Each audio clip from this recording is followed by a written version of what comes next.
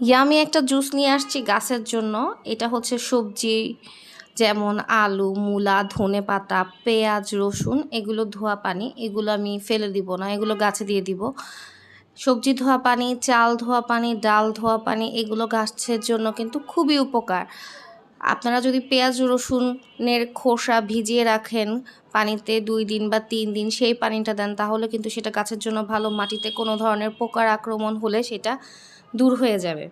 তাই চেষ্টা করবেন সবসময় সবজি, চাল, ডাল ধোয়া পানি গাছে দিতে। আর যদি সবগুলো মিক্সড পানি দেন তাহলেও কিন্তু কোনো সমস্যা নাই। আজকে আমি কিন্তু এই পানিগুলো আমার সবগুলো গাছে দিয়ে দিব, যেগুলো মানে অল্প যেহেতু পানি আছে, যেগুলোতে দেওয়া যায়।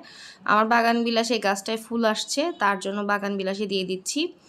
এটা সিজনাল বাগান বিলাস, তো দেখা যায় শীতের সময় ফুল আসে, হলুদ বাগান বিলাস। আর মরিচ গাছেও দিয়ে দিব, আমড়া গাছেও দিয়ে দিব। যেহেতু এটা আমার 12 মাসে আমড়া গাছ, সেহেতু সবসময় আমড়া থাকে, তার জন্য এই পানি আমড়া গাছে দিয়ে দিব। তো হলো না ইয়ামি জুস গাছের জন্য।